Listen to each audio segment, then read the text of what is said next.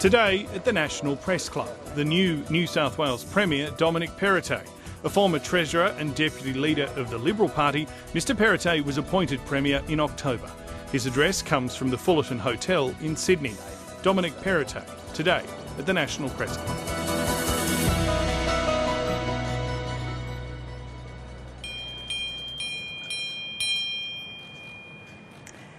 Good afternoon. Welcome to the Westpac address to the National Press Club.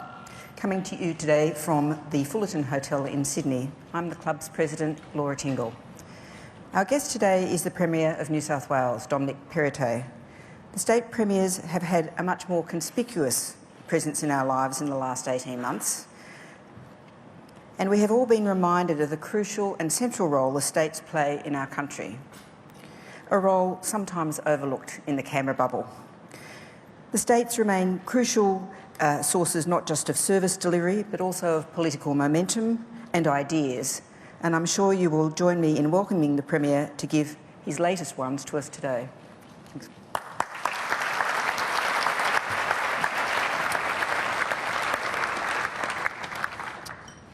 Thank you, Laura, for that introduction. And can I say it's a real honour to be here to address the Press Club as Premier for the very first time. I'd like to acknowledge the dignitaries and friends of the Press Club who are here today, and thank you all for coming, particularly my ministerial colleagues, Stuart Ayres, Damien Tudorhope, Victor Dominello and David Elliott, and Peter Paulos is here as well. Also a big thank you to the Press Club for inviting me to speak, especially Chief Executive Maurice Riley, President Laura Tingle and other directors here in Sydney. So the last time I addressed the Press Club was actually in Canberra, so it's great to be here at this event in Sydney, our nation's true capital. Today, my topic is the future of federation in a post-COVID world. The pandemic may not be over, but now is the right time to start thinking about the lessons COVID has taught us about our federal system of government and how we can respond. Because the pandemic has been a stress test for the federation. It has demonstrated its many strengths and obvious weaknesses in a way that is tangible to our people. So now, whilst the results are fresh in our mind, we have a rare opportunity, and I believe actually an obligation, to apply the lessons that we have learnt and make our federation stronger. What the pandemic has put beyond doubt is the importance of strong states to our nation's fortune. There is a renewed sense of parochialism and state pride. Pandemic premiers have enjoyed unprecedented popularity. In fact, as the Victorian comedian Sammy J put it recently, even my child knows the name of the Tasmanian Premier. Hasn't she suffered enough? The Commonwealth government has obviously played a pivotal role as well. The JobKeeper program saved the economy. And while vaccination may have not started off as a race, it's certainly a race that we are now winning. But the pandemic has fundamentally been a frontline crisis. And when it comes to frontline service delivery, the responsibility lies with the states. So I believe federation reform in a post-COVID world should be state-led, not Commonwealth-led. Reform should be driven from the bottom up, and that will be our best prospect of success. So today I want to talk about how that can be done, and I want to propose two areas where I believe that we can make a start. One of the best innovations early in the pandemic was the National Cabinet. The process may have been bumpy, but it has been a lot more productive than COAG ever was. And obviously, I haven't been Premier for too long, so my personal experience with the National Cabinet is quite limited. But what I can talk about is my experience as Treasurer. The Treasurer's equivalent is called the Council of Federal Financial Relations, or KIFA. And about 5 years ago, I attended my first ever KIFA meeting, and it left a lasting impression. I remember going through the agenda before that meeting, and the one item of the agenda that I thought actually had substance was a submission by the then Queensland Treasurer Curtis Pitt on state-based income taxes. Now, the same idea had already been floated by the Prime Minister at the time, Malcolm Turnbull. This was real policy and something that in my naivety I was looking forward to having a robust discussion about.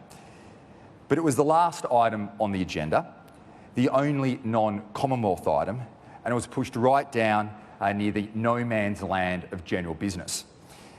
And after a long day, when Curtis eventually began to speak to his proposal, it was brushed off without any discussion at all. It was a completely deflating experience. We went to all the trouble to get the right people in the room, but we let another opportunity for serious policy discussion to go begging. When I left, I remember walking out with my Chief of Staff and saying, well, that was a complete and utter waste of time. I turned to my acting Treasury Secretary at the time and I said, is that what they are always like? To which he said, unfortunately, yes. But what was of most interest to me in that first meeting was that the states didn't appear to support each other. The meeting, its agenda, its outcomes were entirely driven by the federal government. So the night before the next KIFA meeting, which was held a few months later right here in Sydney, I organised an informal gathering of state treasurers in the New South Wales Parliament. And alongside the Victorian Treasurer, Tim Pallas, we signed everyone up to a new body, the Board of State and Territory Treasurers. In fact, here it is right now.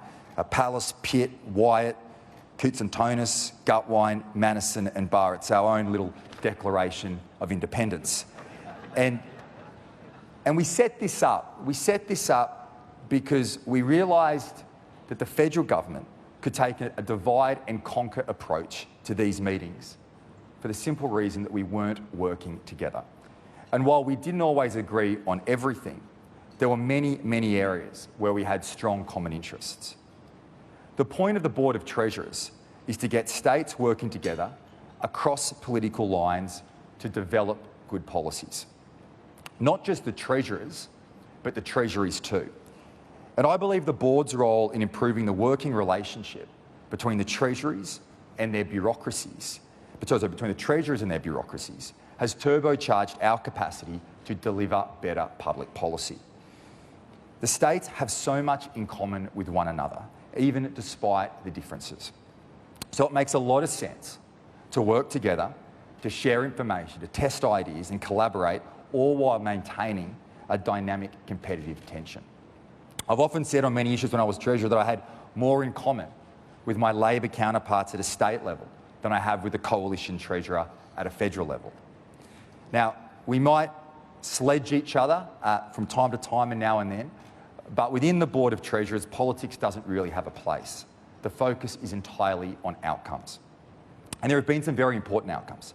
One example was the no worse off clause that eventually became part of the Western Australian GST changes. The Commonwealth has legislated a GST relativity floor, which notionally applies to every state. But the only practical winner is Western Australia, which gets to keep a bigger share of GST, even when its mining royalties are booming, just like this year. The GST is a zero-sum game. So if Western Australia is getting a larger share, someone else's must shrink. So the Board of Treasurers resolved to get a guarantee written into the legislation that no state would be worse off. The federal government resisted, but we got it. And we only got that outcome by sticking together and applying pressure to senators. And because the Senate is the state's house, I wrote to every New South Wales Liberal and National senator and reminded them of their obligation to stand up for their state, not their political party. The animating force of the Board of Treasurers is an understanding that the states have a responsibility to be proactive, to generate ideas and then put them on the national agenda, not to abdicate that job to the Commonwealth. The Board's work has made the states a more potent force in shaping federal financial relations again. So rather than picking the states off one by one, the Commonwealth Government now, on many issues, is confronted with a strong, unified voice. In contrast, the KIFA model, like COAG, has been characterised by low expectations and low energy. COAG might be good for a headline, but it's actually where good ideas went to die. It is in that if that is the atmosphere that states expect, they won't make the effort, our federation stagnates, and the people of every state pay the price. Ultimately, this is all about the states accepting their share of responsibility for our nation's destiny. Federation reform must be driven from the bottom up, and that is from the front line. And that's how our modern nation came to life. And that's the only way that it can maintain its vitality into the future. What I've seen with the Board of Treasurers is a blueprint for success. And we can do the same thing, I believe, with First Ministers. Now, there's already a council for First Ministers. It's known as the Council for the Australian Federation. Now, when I checked the website this week, it said its last meeting was in 2018. Now, I'm fairly certain it's met since then, and I'm told apparently that we're actually meeting again tomorrow. But the lack of visible action says a lot about the prominence of this body in the life of our nation. And with New South Wales assuming the chair of CAF next year, I want to change that. My priority will be to enhance the council's standing as a vehicle for proactive, state-driven leadership and reform from the front line. And I'll work with my fellow premiers and chief ministers to make this happen. This is not about fighting the Commonwealth. It's about working constructively and bringing more to the table, including at the National Cabinet. In my experience, the Board of Treasurers actually improved the working relationship between the New South Wales Treasury and the Commonwealth Treasury, because there is now an expectation that serious, considered ideas are being put forward, usually with the buy-in of multiple states, so they deserve serious consideration. A reinvigorated Premiers' Council can have the same effect. It will bring a strong, united position and ensure an influential seat at the table for states and territories at the National Cabinet. We can move state and federal relations out of the realm of combat and into the realm of constructive cooperation. The first priority of the Premiers' Council should be to translate the experience that we've had during the pandemic into a better federation for all Australians. And we should do that by conducting a federation review informed by the last 2 years of working together to deal with the COVID crisis. Now, on any objective measure, Australia's performance has been extraordinary. Not perfect, I accept, by any means. But you only have to look around the world to see how worse things could have been. Our strength has been in our ability to implement tailored responses at a state level, but always in the context of the national interest, through regular meetings of the National Cabinet. From contact tracing and testing to hotel quarantine and the economic response, states have been able to try and do different things. Now, it hasn't always been pretty. States have disagreed fiercely, sometimes with each other, sometimes with the Commonwealth. Choice words, maybe strong language has been used. Now, I won't comment on private meetings, but sometimes I've been on the receiving end of that. But despite the public animosity, there has been a collaboration, there's been so much collaboration and information sharing behind the scenes. And above all, the competitive spirit has been stirred and states have spurred each other on for better performance. And all of this has helped the nation lift the game as a whole. But the pandemic has also identified weaknesses in our federation as well. And they are all too familiar. A lack of clarity about who is responsible for what, buck passing, blame shifting, and sometimes hyper-parochialism. Now, we're all Australians, and in a time of crisis, we do best when every state works in the national interest. Now, when it comes to COVID, no response has been perfect, and no response could be. We can all, in my view, learn from the mistakes that some of us have made. And the best way to do that is to review the experience all governments have had whilst it's still fresh. And that will be my priority for the Premiers' Council, working together with my counterparts to review our nation's pandemic response and identify practical changes that can make us stronger and make us better ready for whatever comes next. Now, when we talk about reviewing our federation, often the focus is on intergovernmental relations. But what we actually should be focusing on is how our federation can better serve our people. Now, there are two examples, health and education. A health crisis naturally puts your health system under the microscope. In Australia, we have two health systems running in parallel. One state, one federal. States are responsible for public hospital services. The Commonwealth is responsible for primary and private health care. The problem is, sometimes these two systems are not in harmony. They're at cross purposes. And at other times, they're completely disconnected. Emerging from the pandemic, we should take this opportunity to embrace healthcare reform, designing services around patients based on everything that we've learned. Above all, we need to better coordinate primary care with the public system. GPs and hospitals working in tandem, not in separate streams.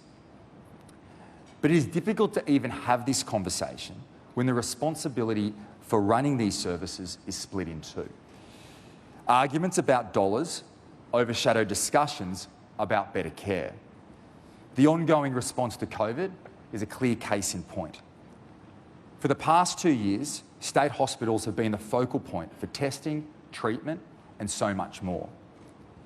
Looking ahead, it makes more sense for primary care to play a greater role managing the load of our hospitals that our hospitals would otherwise be carrying. The shift is organic and should be encouraged at both a state and Commonwealth level. But it can easily devolve into an argument with the Commonwealth about cost shifting. And I know this because as Treasurer, I've been in many of these arguments.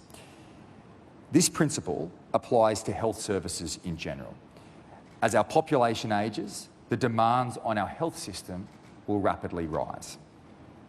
In the Cahill budget of 1958, health accounted for expenditure of £25.3 million, a bit over 17% of the total budget. This has now risen to 30%. And the Intergenerational Report forecasts the share of the state's budget dedicated to health operating expenditure will increase to close to 40% by 2061.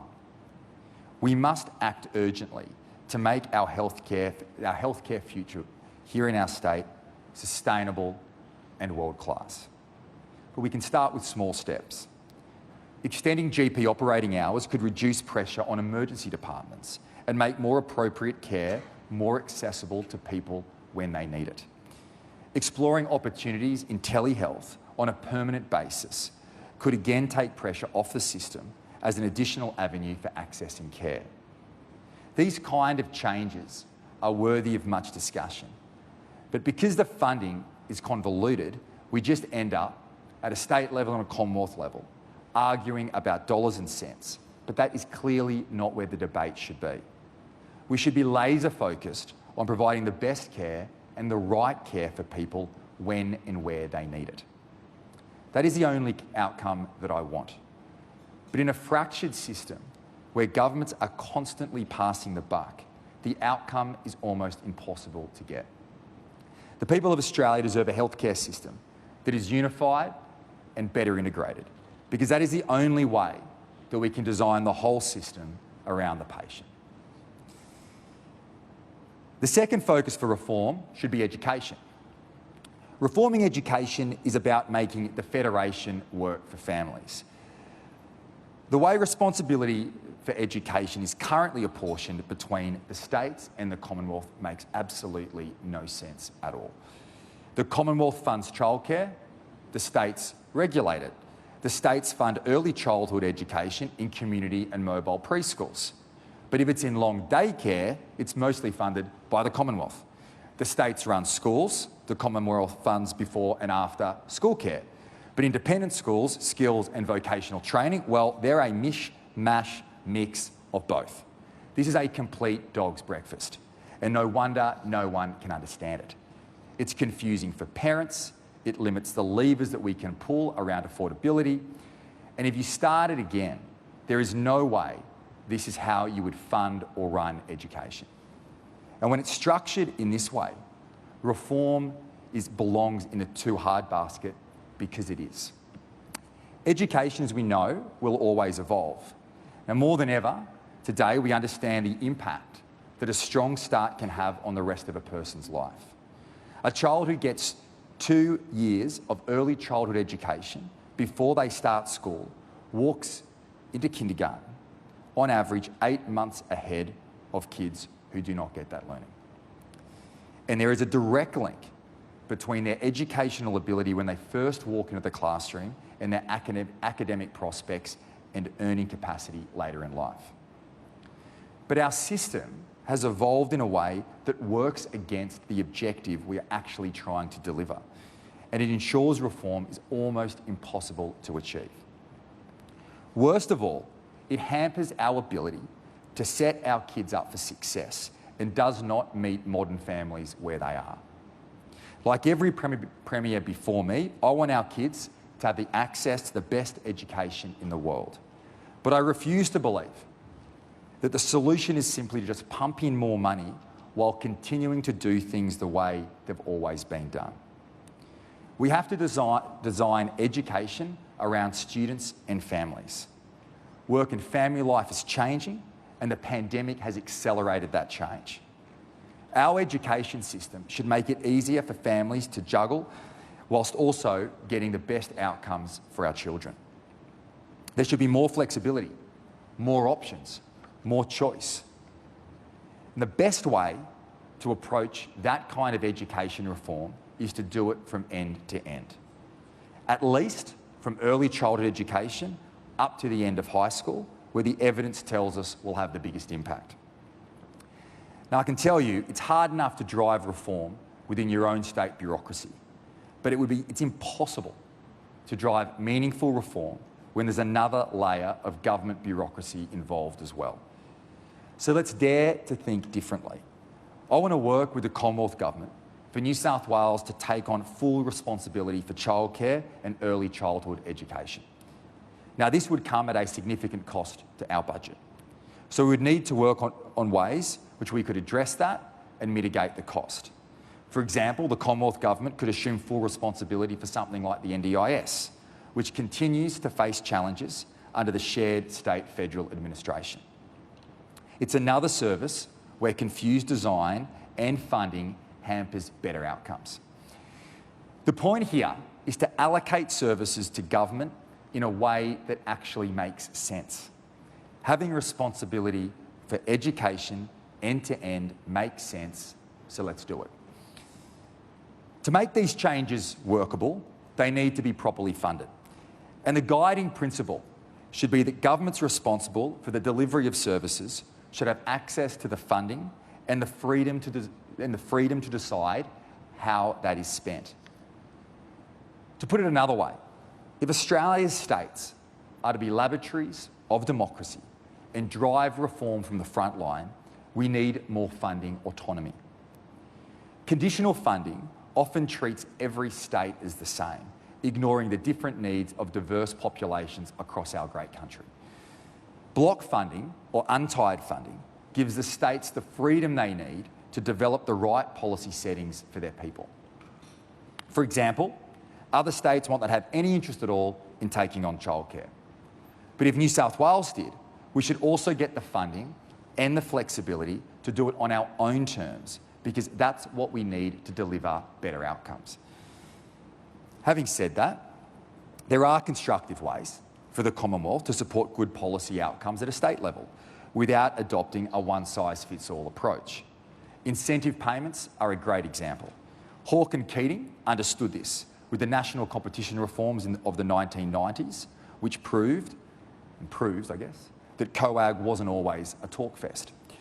Abbott and Hockey also understood this with their asset recycling incentive 7 years ago.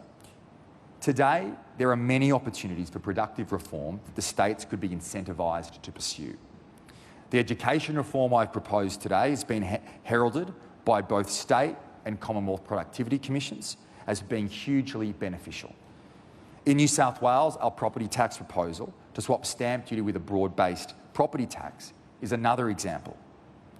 But lifting productivity in Australia's biggest economy, it would boost Commonwealth revenue along the way. Now, by contrast, at a state level, it would cut something in the vicinity of $2 to $3 billion out of our budget each year. The short-term disincentive is on the state side, and the benefit is on the Commonwealth side. Yet to date, the Commonwealth has not expressed any interest in the idea. This is just another example of the way that fiscal financial relations in this country stand in the way of good reform.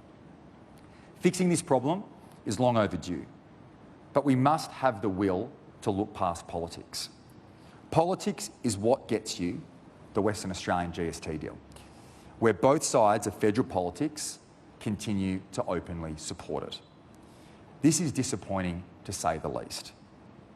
The distribution of GST is supposed to broadly equalise service delivery and infrastructure across the states, specifically by taking into account each state's own revenue-raising capacity, understood as the principle of horizontal fiscal equalisation. But this year's Western Australian budget made an absolute mockery of that principle. It was a glut of mining royalties, and for that, they received GST top-up. When states like Victoria and New South Wales have had their budgets hit hard by the pandemic, giving WA more GST this year was totally unjustifiable. And that's why, when all this happened, the Western Australian Premier went on the offensive, warning other states off his cash even before we'd become aware of it. Now, I might not have handled that situation in the most diplomatic way, calling him Mark McGollum, but sometimes you need a bit of colour to draw attention to the travesty. And the fact is, the current GST settings are a piecemeal arrangement. They are not fit for our federation in the long run, and our people deserve better. So let's just get on with fixing it properly. In conclusion, Paul Keating famously said, "Never get between a premier and a bucket of cash." Now, that single line has become the reflexive dismissal of so many premiers' ideas to make our federation better. Well, I'm less interested in a bucket of cash, and I'm more interested in a bucket of outcomes. If New South Wales has to take on a bigger burden to deliver better services, so be it. In vital services like healthcare and education, I want to drive real reform that puts people at the centre, reform that designs our services around what people need. But we cannot achieve coherent reform if these services are divided between the states and the Commonwealth. Now, this is not a problem for the Commonwealth to solve. The responsibility lies with us, the states. Our federation was the product of strong states making limited concessions to a national government to advance the common wealth of all Australians. Now, the pandemic has reminded us how strong states are and how indispensable they are to achieving that mission. So as we move beyond the pandemic, let us revive that spirit of reform among the states.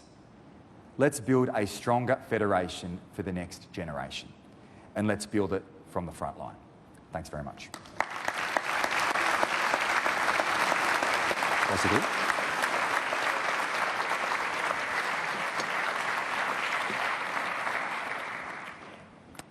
Thanks, Premier.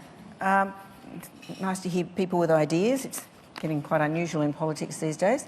The Federation Review, you talked a bit about the need to have a bit of colour and the fact that states do tend to get dismissed. I just wonder how broad the review would be. Would it just be about education and health, for starters? And also, how do you put it out in the national debate? I mean, do you have something like, not a Royal Commission in an investigatory sense, but how do you keep that debate alive and make it something that the public sort of really sees, that there are all these different ideas and that you are actually in a position as state leaders to do something about it? How do you see that playing out? Up here? Yes. Yeah, sorry. Well, I think, Laura, by the states working together, we can certainly put it on the national map. And as the comedian noted, if fact, even my daughter, who's 2 years old, the other day when I opened the newspaper, there was a picture of myself and Gladys there, and she can hardly say many words at all, but she said, "Dad, Daddy," and "Glad, Glad," when she looked at it. So even from 2 now, they are taking much greater focus on who the premiers are. So I would not limit. I would not limit the review to health and education. I think they are fundamentally important. Healthcare, because we've learned a lot about our health systems and the interaction with the federal system. Education is important because obviously the financial relations that flow from that.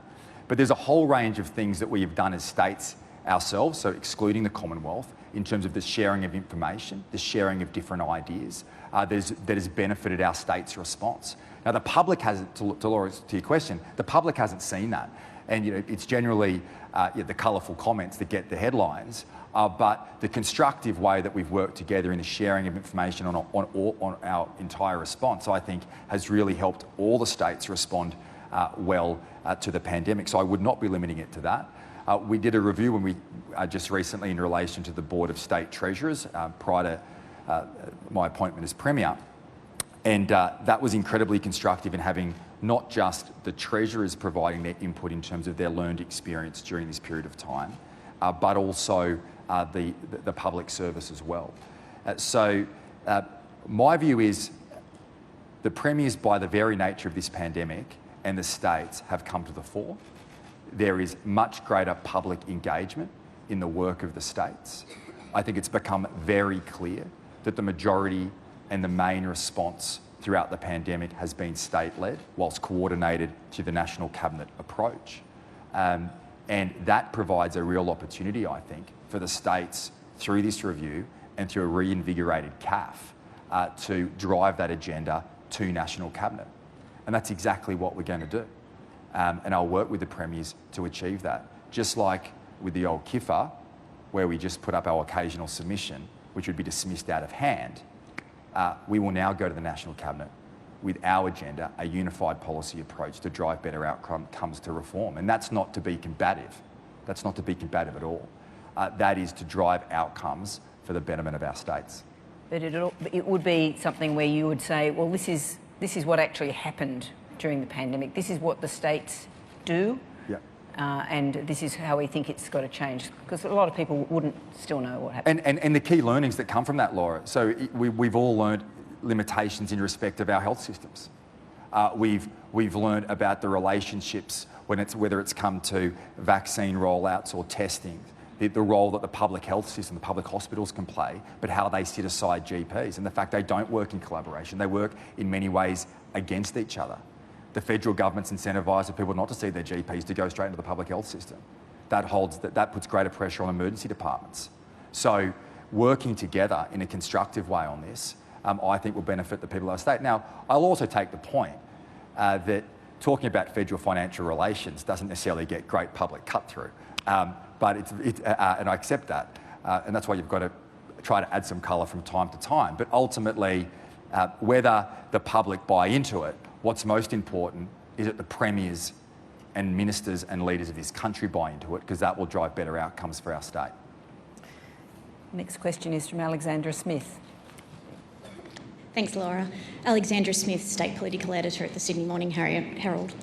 Premier, there's been much criticism in recent days of the New South Wales ICAC, including from senior federal ministers and the Prime Minister.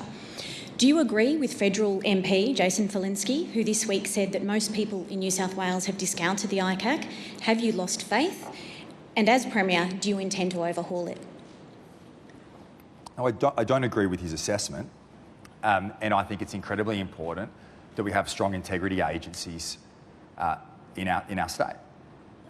Now, I believe the ICAC here in New South Wales plays a very important role in preventing corruption and uncovering corruption. Now, obviously there's probably different levels of that, but ultimately what we should be doing, particularly in the public, to Jason's observation, is instilling confidence, not taking it away. There will always be issues from time to time, I accept, broadly in relation to any area of government, but ultimately I think where the Commission state is today, it plays an important role, always has, and has a strong role to play in the future of our state. Quentin Dempster. Quentin Dempster from the New Daily.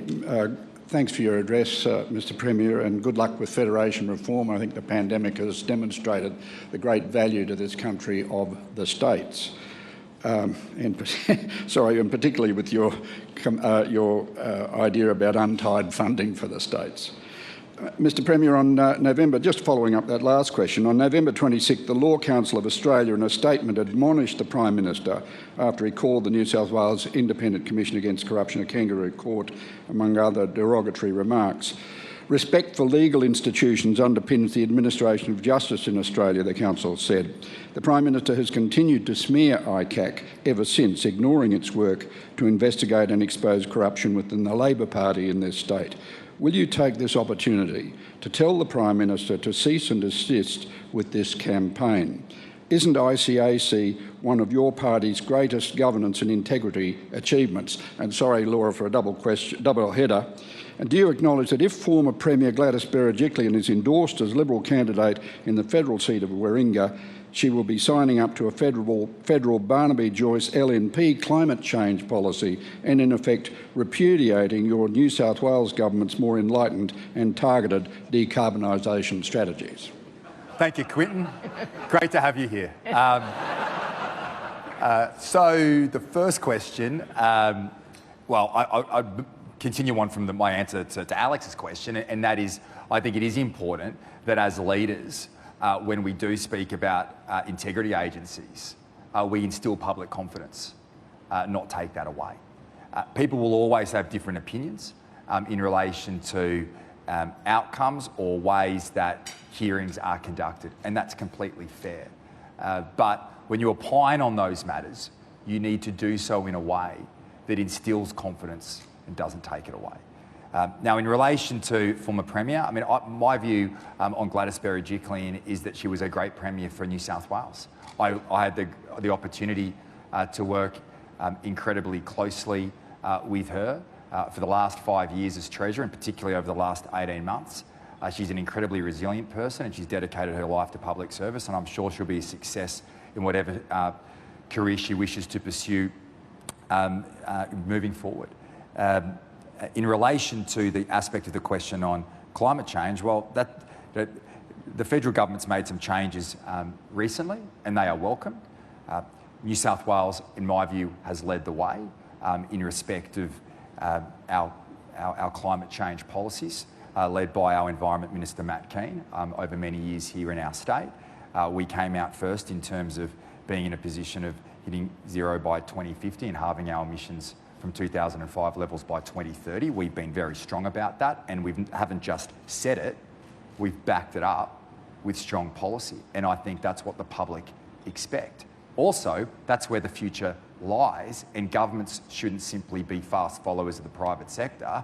We should actually lead, and that's what we've done in New South Wales. And if the Premier goes to Canberra, I know she shares those views and will make a very constructive contribution in that space at a federal level. Amelia Brace. Good afternoon, Premier. Amelia Brace from the 7 Network. Not quite a national question, but I'm sure our national viewers were alarmed yesterday when they saw Sydney commuters battling through the ordeal that they did to get home. Unions are threatening another strike next Tuesday. What are you actively doing to make sure that this isn't something we face every week? Well, the Transport Minister is working very closely with the unions, and I completely accept that the unions from time to time will have concerns. We have an open door policy. The Teachers Federation, for example, also protested yesterday. I think there are merit to some of their concerns, but ultimately as well, I think there are ways of doing things. And when there's a ruling from the Industrial Relations Commission that the protest is illegal, those protests shouldn't proceed. And the inconvenience that causes parents is an immense challenge. So I've already met with the Teachers Federation, for example, on their issues, and we'll work through them. I think, as I said, there is merit to some. I don't believe there are merit to others. Same in relation to transport. I know the Transport Minister is working very closely in resolution to those issues. I just would say to the unions The best thing to do is to work with the government, to continue to sit down with the government and resolve matters of concern in a way that minimises disruption to the public. And I find it unfortunate to see that even before any discussions, the head of Unions New South Wales, Mark Morey, is out there saying, get ready for 12 months of union disruption in New South Wales. Well, that is completely unacceptable. What is acceptable is that you work with the government to look after the people of our state, not to work against them. I understand from time to time there will always be issues that need to be addressed by the New South Wales government, and we will, in a constructive way, but let's try and move through that process together rather than the first instinct, but to inconvenience the public to get a headline and attention. James O'Doherty. James O'Doherty from the Daily Telegraph. Thanks for your address, Premier.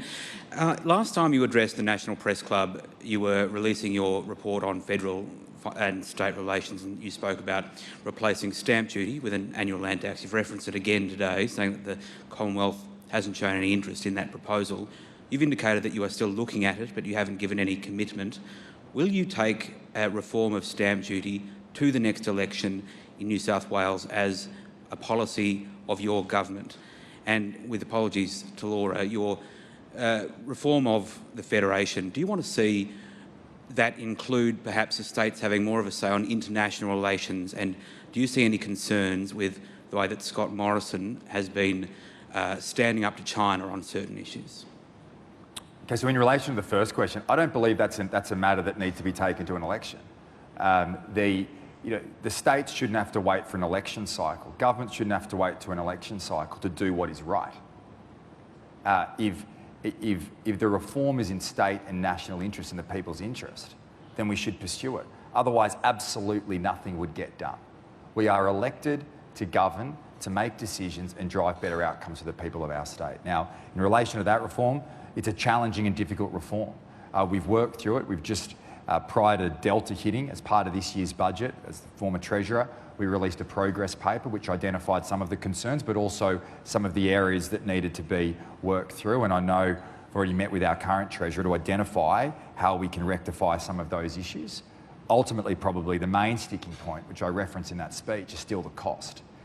In twofold. One is the lack of revenue in the short term before you get to neutrality over a number of decades, but also in relation to the way the GST is distributed, that if states were to forego, like New South Wales, a area of revenue raising, like stamp duty, we'd be then penalised in respect of GST distribution. So our estimates of the cost are between $2 and $3 billion across both those areas. So obviously that is unsustainable. But that goes to the point as to why we have to work with the Commonwealth. The Commonwealth can't sit there and abscond its responsibility from engaging in these areas. If you take a step back, and I remember, I think in one of the early Treasury meetings at a Commonwealth level, the Federal Productivity Commissioner released a report, the Shifting the Dial report. And in that report, it spoke about where were the areas of productivity reform that would drive economic growth and opportunity over the next decade. And the majority of those areas were at a state level. There were some that had joint responsibility, but the majority were at a state level. But we don't have the funding levers available to us to do those changes by ourselves. And that's why they've sat there in the too hard basket and nothing has been achieved. So that's why the federal government needs to come to the table. They need to have political buy-in. They need to take up that challenge with the states to work. And there's benefits of doing it together. Because states don't, as I said, even with childcare, the states don't have to do it. We can work on a bilateral basis. They did that with the asset recycling incentive. They did that with competition payments. You don't have to sign up. But I'll tell you what, there'll be a lot of political benefit in states doing that if there's money on the table from the Commonwealth to drive those reforms that will spur economic activity going forward. In relation to your second question, well, that's probably lesser of an area that I would focus on in relation to international relations. As I learnt early on as Premier, I think within a week when I came out and said we're getting rid of hotel quarantine, I was quickly told by the Prime Minister that he's the one that controls the borders, and I was put back in my place. But we're all impacted. We're all impacted by those borders been closed. Our businesses in New South Wales are impacted by labour shortages in this state right now. Many people who rely on international students, our largest service export and our second largest export overall. There are tens of thousands of people who rely on that great industry here in New South Wales to provide for their families. So we do have an interest in our trading partners. We do have an interest in China because it is a significant market in New South Wales, particularly in relation to students going forward. So I wouldn't see it as something, as an area that would be at the top of the list in terms of the other issues that are more substantive, like health and education. But what we have learnt through the pandemic is that matters in relation to immigration leading to skills and labour shortage in this state are substantive and need to be addressed. But I think that can play a role, particularly through the National Cabinet. Peter Ryan. Hi, Premier. Peter Ryan from the ABC. You've signalled pretty well there that you're disappointed at progress on tax reform at the moment, but what do you see in terms of opportunities for budget repair, given that federally we're heading towards a $1 trillion debt deficits as far as the eye can see? What about your views on tackling other major tax reforms, such as raising the GST, the level of the GST, broadening the base? Do you see options like that as possibilities for raising the much-needed revenue? Well, look, fundamentally, as a Liberal, I don't believe in increasing taxes to fix the budget. I believe in lower taxes to grow the economy, which will ultimately lead to more revenues flowing into the coffers at both the state and federal level. I want taxes lower and wages higher. Having said that, the answer to your question is that we need a better tax system.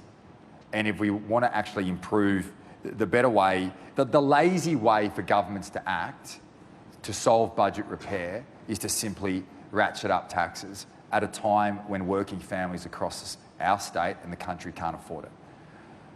So we're not going to do that, and we're certainly not going to do that. If we're not going to do that, what we do need to do is look at the tax mix and say, how do we fix it? Now, one of the better taxes, despite the fact that I've just ditched it in relation to the deal with WA, if it's applied properly, one of the best taxes we have is the GST.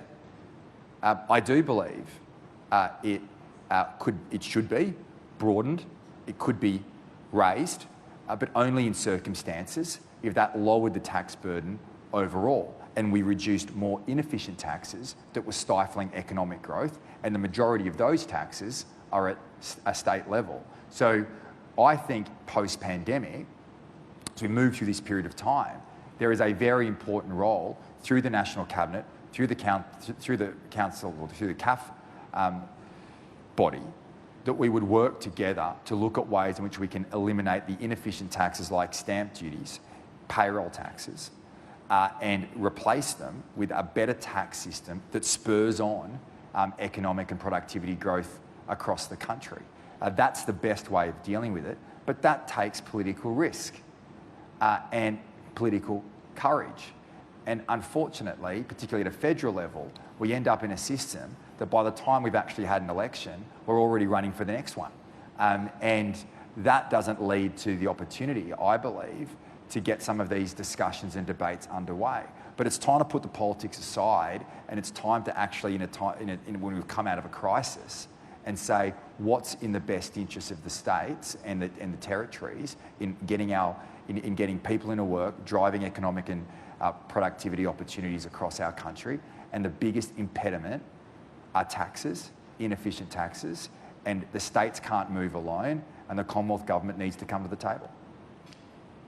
Finbar O'Malley. Thanks, Premier. Finbar O'Malley from the AFR. In terms of the political courage, are you seeing a lack of political courage in Canberra so you can't pursue some of these reforms you want, like federal tax reform? And has your relationship with Canberra become untenable? You noted... With who? Your relationship with Canberra become untenable. You noted your kind of frosty relationship with the Prime Minister, and you also made a note of you prefer to work with state Labor treasurers than the federal Liberal treasurer. So I'm just trying to get an idea of that. No, I think I have a constructive relationship. I might speak my mind, but I think I have a constructive relationship with my counterparts in Canberra. And it wouldn't make any difference if it was a Liberal government or a Labor government. We're not here to act in the Liberal Party's interest. We're here to act in the national interest. And I'm here to act in my state's interest to get the best outcome for the people of New South Wales. Now, I actually think you get better outcomes by having robust, constructive discussions. And people got really concerned that, you know, during the pandemic there might have been moments of tension and disagreements. Well, so be it. You know, as the then Treasurer and now as Premier, I have a responsibility to do what I want and try and work with the Commonwealth in the best interests of our state, and I'll do that on whoever is there. As I said, I have more in common with Labor state treasurers and premiers, more with treasurers in terms of the work that we're doing, because the issues that we face are similar, whereas in Canberra they're different. But ultimately, that's why I think it's important that we work across political lines. It's not about what party you're in. It's about representing the people of our country and the people of our state. And I don't see whatever colour is in Canberra as making an ounce of difference. I don't think that the robust discussions I might have had with the Federal Treasurer or the Prime Minister make an ounce of difference to our relationship. I would expect leaders to be able to have robust, constructive debates from time to time, and that shouldn't affect a working relationship. It should actually enhance it. Misha Schubert. Thank you, President. Premier, Misha Schubert here as the Director of the Press Club today. Thank you for your ideas around federation reform and, of course, your analysis of how the pandemic management task has been handled. If there's a third big issue that's dominated the national conversation and psyche this year, I'd submit that it's been about the treatment, respect and representation of women, and it struck a deep chord across this country. Your government passed affirmative consent laws this year, making a big change there to progress what advocates had been asking for. But I'm wondering if you can give us your assessment of how adequate the pace of change at the national level has been and how much more you'd like to see federal colleagues do to progress on each of those fronts. Sure. Well, the first thing I'd say is I think at a state level here, we've worked really hard in that space. We just passed, you said, the affirmative consent, which the Attorney-General had been working on for some time. And these are complex areas, but ultimately I think we landed in a position where we brought both sides of politics together. And you know, we don't control the upper house here in New South Wales, and we've had challenges from time to time. But sometimes on these complex areas, when you're changing laws in that space, if you can work across political lines to achieve the outcome, you'll get a better law off the back. Now, I think the federal government would admit that they've been a bit slow in this area, that it hasn't been a substantive focus point. And unfortunately sometimes it takes some bad situations to eventuate for the public and for politicians particularly to take notice and step up to the plate. And I think certainly now we're seeing very pleasing notes coming out of the Commonwealth Government in relation to driving change in this area. And we certainly want to have in our state greater representation in the parliaments. I think our party, particularly the Liberal Party, let's be frank, hasn't done a great job. Hasn't done a great job in terms of pre-selections and encouraging women to enter politics. And the more diverse our parliaments are, the more diverse our cabinet is, the better the decision-making outcomes will be going forward. So I think that the Commonwealth Government would accept that they've been slow, but I think it's pleasing to see that they're now making a lot of inroads in that space, and I think it's going to need to be for them a major focus, not just for re-election, but for doing what's right. And I think the public expectation now in mindset when it comes to women's issues is right up the top. It certainly has been for us, and it will be going forward. Elizabeth Daniels. Liz Daniels, 9 News. Premier, just back on Sydney's transport issues, one of the justifications your government has given for importing or buying overseas-made transport stock has been an upfront cost saving. Given the mounting costs associated with patching up problems with trams, ferries and trains, and the delays and ongoing problems it's causing for the city. Do you still stand by that upfront cost justification, or is it a case that the government is simply ideologically opposed to bringing back onshore manufacturing? Well, we're not. In fact, I gave this, you should have been there last week, I gave this great speech, the Bradford Oration, you missed it. It was a sellout. So, and there I spoke about the importance of manufacturing. And what's commonly lost in the debates on manufacturing is that New South Wales is Australia's capital of onshore manufacturing. We manufacture more than any other state. Not the Rust Belt state of Victoria, smack bang here in New South Wales. And what I raised last week was that we will have a much greater focus on onshore manufacturing going forward. Every great civilisation makes things. The question is, where are the future opportunities in our state that we can drive going forward? We have a great opportunity, particularly in advanced manufacturing, to not just lead the nation and lead the world. So we appointed and got Tony Shepherd as a new commissioner to provide advice to the government about where those opportunities lie and to drive investment. Yes, that means picking winners, but we will be having a much greater focus, even though we lead the way now, to take New South Wales to the next level when it comes to onshore manufacturing. Now, to the question in relation to cost, well, it's always a balance. It's not my money that pays for the trains and the trams, it's the taxpayers of New South Wales that pays for the trains and the trams and the ferries and the hospital services and the education services. So there's always a balance, like anything, in ensuring that you get value for taxpayer dollars and at the same time you get a great product at the end of it. And I accept there's been challenges. Clearly there's challenges if in New South Wales at the moment we've had an issue where the trams aren't running on the tracks, but we're going to get them back on the tracks as quickly as possible.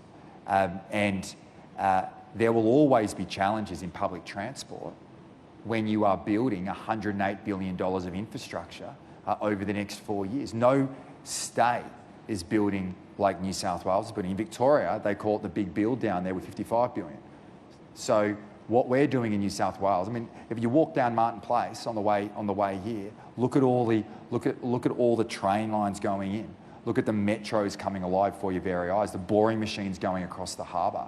When we came to government, the previous Labor government said it was all too hard. And it is hard. Trains crack. Sometimes there are challenges with ferries. Yes, there are always going to be problems. And in government, and I accept as Premier, almost every single day there will be an issue that I have to deal with. And my responsibility is when there are problems to fix them as quickly as possible. But that is better than making the mistake of doing nothing and putting everything in a too hard basket. And we've seen that in this state, the politics that gets played with opposing road projects because there may be a toll on it, or opposing other infrastructure projects because there's housing and land acquisitions that are politically unpalatable and unpopular. But what we'll do as a government, with the team here in New South Wales, is continue building. Challenges will arise. I accept that from time to time, but when they arise, we'll address it and fix it as quickly as possible. Thank you. Ashley Raper. Good afternoon, Premier. Ashley Raper, ABC News. You're about to announce your new cabinet. Your competitor for the premiership, Rob Stokes, made a commitment to make his cabinet 50% women. Now, you've made no such commitment. Can you put a figure on how many women you are going to promote? And just going back to something that was touched on just a bit earlier, ahead of the 2023 election in terms of pre-selection of women for the Liberal Party, what do you want to see happen? Okay, well, on the first question, no, I'm not going to make a commitment in relation to my cabinet here today. I am working on it, and what I have said is that there'll be greater representation. There'll be more women at least from the Liberal Party in the cabinet when we announce it before the end of the year, and I want to see that. And I think, but there are two challenges that are in front of us. One is, well, the other point I'd make is we've got a very strong cabinet in New South Wales. It's been a strong team effort. Many of those cabinet ministers are here today who have worked tirelessly during the pandemic. So the first thing that needs to be said is we've got a very good team here in our state that's done that, and we've been led previously by the first elected female Premier of our state. So it's not all bad, but there is more to do. I've committed to increasing female representation in the cabinet. I won't put a figure on it, but we will see an increase. And as I said, that's important because it improves diversity and that provides better outcomes, and I think, and better constructive discussions around the cabinet table, resulting in better public policy development. What was your second question? On pre-selection, what do you want to see happen? With I want to see more women get pre-selected, because and that's the other issue, right? The other issue is that when it comes to our pre-selection processes, it's not that women aren't getting pre-selected in the main, it's that they're not putting their hands up to run. So I want to see more of it. I'm incredibly confident. We're facing a number of by-elections, as everyone would know, in some time in February, and I'm pretty confident what you'll see is some strong female representation for the Liberal Party in those by-elections, and I'm very confident they'll be successful. Lachlan Kennedy. Thanks, Laura. Thanks, Premier. Lachlan Kennedy from Channel 10 News. Last week, the National Sex Discrimination Commissioner, Kate Jenkins, handed down a report that found 1 in 3 parliamentary staffers working in Canberra had been sexually harassed. You've been in New South Wales Parliament now for 10.5 years. How would you describe the culture on Macquarie Street? And as the leader of a political party, what are you doing to make sure we don't see that behaviour here in the offices of New South Wales Parliament? Oh, it's a great question, Lockie. First thing I'd say is I have everyone looks at these things from their own personal experience, and as somebody who's been in the Parliament now for a decade, I certainly haven't seen either in my electorate office or in my ministerial offices anything like the reports that have come out of Canberra. So that's the experience that I take to it. Having said that, I've certainly heard through the Goward review that has been conducted and is actually being delivered, and I'm about to review that review and see what action needs to be taken, that there clearly are cases of circumstances where harassment occurs in the workplace. And I can guarantee you there'll be zero tolerance in my government for that kind of behaviour. We have zero tolerance for harassment, zero tolerance for bullying. That should not be in any private sector culture, and as a government, we have a responsibility to lead in that space. And if that means we have to go beyond the call of duty and go further than we would otherwise have to instill that people who come into the public sector, who are in government offices, don't experience that type of behaviour, I will do that. Tim Shaw. Thanks, Laura. Premier. Tim Shaw, Director of the National Press Club. Childcare and early education, I'm sure, is a hot topic around the Perrottet dining table. But it is for millions of parents. I'm a big beneficiary of this change, so I'm promoting it. This is a big issue for millions of parents around Australia. It's a national issue. I'd like you to tell us today, with your reform you're proposing for New South Wales in childcare and education, for every 100 children in that sector attending, what kind of breakup are you looking at for the profit sector who are criticised for putting shareholder profits in childcare ahead of the actual care of the child? How much commitment will you make to affordable community-based childcare, and should some of that be on primary school sites around New South Wales? But to the point, how many children should be in for-profit or not-for-profit childcare in New South Wales? Well, I won't answer the question specifically because we don't actually have access and haven't been able to examine that information because it sits more broadly with the federal government. But what I can say is whether it's non-for-profits, and just this week I had some local community-based providers in the early childhood education space come and see me at my office to go through the challenges that they're facing on a financial level based on state government policies. So the problem is the complete lack of coordination across all of these sectors, from early childhood education to long day care and to childcare, that need to be resolved. To what I will answer, which I think is the real, sorry Tim, is the better part of your question, is in relation to schools. And this is the thinking that needs to change. We should be integrating early childhood education and childcare in schools. On campus. On campus. There is no reason. Now there might be certain reasons on certain campuses where that is not practical and not possible. But where we can, we should. And the way, and that is all about designing education and childcare and early childhood education, not just around the child and making it easy for them, but around the parents. The fact, I raised this last week, the fact that we have a school hour that's 9 to 3. Why? Those hours were made at a time decades ago that is clearly not set up for the life of modern families today. But no one thinks about ever changing it. And I think that's an area, combined with childcare and early childhood education on campus, as well as just streamlining the whole thing. The point I'm trying to make in this speech today is that you can't drive reform, you can't improve affordability and get better structures in place in this area without some government, one government, having full responsibility. And until that happens, it won't occur. And if that means the New South Wales government needs to pay more, we will, because it's about driving outcomes for our kids and for our parents. And that's what I'm committed to doing. Thank you. Our last question today is from Clinton Maynard. Premier, good afternoon. Clinton Maynard from Radio 2GB. You have shown a deep interest in architecture over the years. I think you wrote a column last year.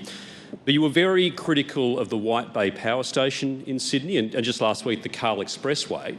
Now that you are the man in control, and we've been talking about the Carl Expressway, getting rid of it for years, are you willing to knock the Carl Expressway down and address the White Bay Power Station? Well, the first thing we are knocking down are those 70 structures at the back that lurk at the back of Macquarie Street, which really disconnect the built environment of the city to the greenery of the domain and the garden. So that impedes that impedes access, and it slows down culture. The reality is beauty builds culture, and for too long, for those older people in the room, your generation in the 60s and the 70s ruined many aspects of our great city. And it comes to and it's the millennials' role to fix it. And as Premier, I will. Now, unfortunately, the cost of the Cahill Expressway and tearing it down is pretty substantive. And the biggest mistake was that when Paul Keating was offering the cash to John Fay to actually do it, he should have done it then, and now we'd have a much greater circular quay. But what I can commit to, it's going to be a great party on the Cahill Expressway, which we announced in the budget this year, from New Year's Eve onwards, as we transform the Cahill Expressway into what I will see as the High Line in New York. And eventually, and ultimately over time, when that Western Harbour Tunnel comes in, you could dispense with the Cahill Expressway and potentially have one of the great walks in the world across the Cahill Expressway from the Quay, from Macquarie Street, over to Barangaroo. Now, I'd like to see that if we can't knock it down, but obviously there's the cost to everything. So that's probably more in keeping with what we can afford. But the result is, I'll tell you what we won't be doing. We won't be putting any more of those structures. And we'll make sure that when we build beauty, and I'll work with the Lord Mayor to achieve that. We need to learn from the mistakes of the past. We'll certainly do that as a government, but I want to continue to invest in making our city beautiful, and where that's at the wharves at Circular Quay, which next time you're driving across the Cahill Expressway, just look down at those wharves. This is the most beautiful harbour anywhere in the world, and look how those wharves just sit there, wasting away, rotting away. So I commit to you, Clinton, we're going to invest in beauty, we're going to make our city great, take it to the next level, and that's going to drive culture right across the board. The White Bay Power Station, that's the elephant in the room. Yeah, well, I work with Stokesy on what we can do with the White Bay Power Station. That's just another example of, but maybe it's the horror of the building just sitting there, standing there, should encourage us. It should sit there as a testament to remind us every single day, just like the Sirius building, of what poor architecture can do. And maybe that has a place in our city, so we never make those mistakes again. Thank you, Premier.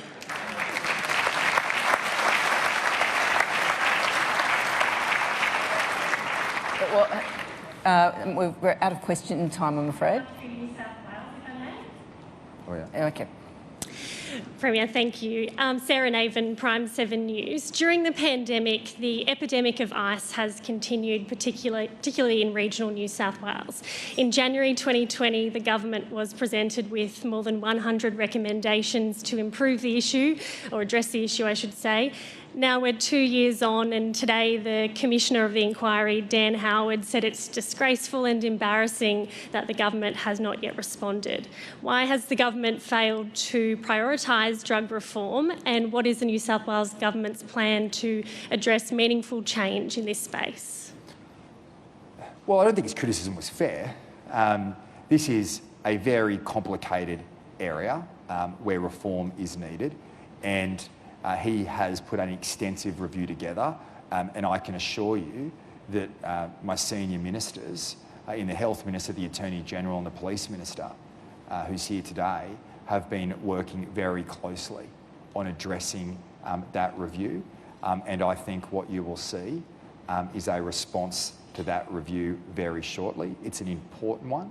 I certainly want to see you talk about regional New South Wales. We've already announced expansions of drug courts, like out in Dubbo, which will play an important role because drug courts have proven to be successful, and a change of way of thinking of the past and helping many people overcome addiction. And I also want to see a much greater focus on rehabilitation. I think we failed in rehabilitation as governments around the country, and what you'll see when we do respond to that report, which should be shortly, will be a broad approach to a whole range of those issues, but also ensuring that people who have addiction and are struggling to overcome it have access to the rehabilitation they need. Ladies and gentlemen, please join me in thanking the Premier of New South Wales.